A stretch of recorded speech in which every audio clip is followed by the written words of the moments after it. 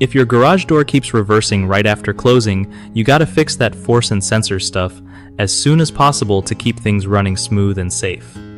So, first up, check out your force settings on the garage door opener. If the force is set too low, the door thinks it hit something and bounces back, which is super annoying. Try bumping the force up a little bit, but don't crank it too high or the door might smash stuff or hurt someone. Next, clean those safety sensors on either side of the door's bottom. Dust and spider webs can totally mess with them. Wipe them gently with a soft cloth and make sure their lights are both on and steady.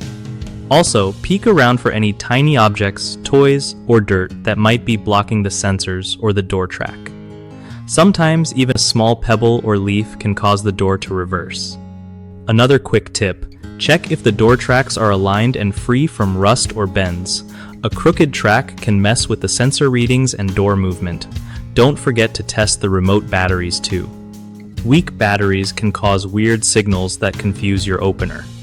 Finally, if you're still having trouble after trying all this, it might be time to call in a pro just to make sure everything's working right.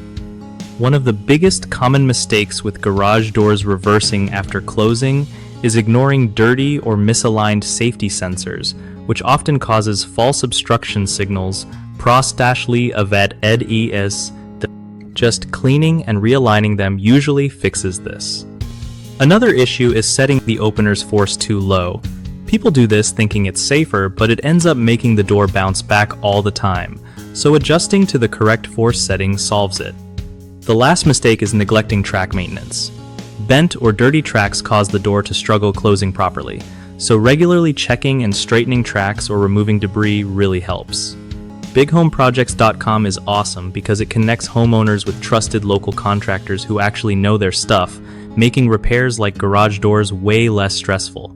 Plus, for contractors, it's a solid way to get real work from folks who need help, keeping business steady and reliable.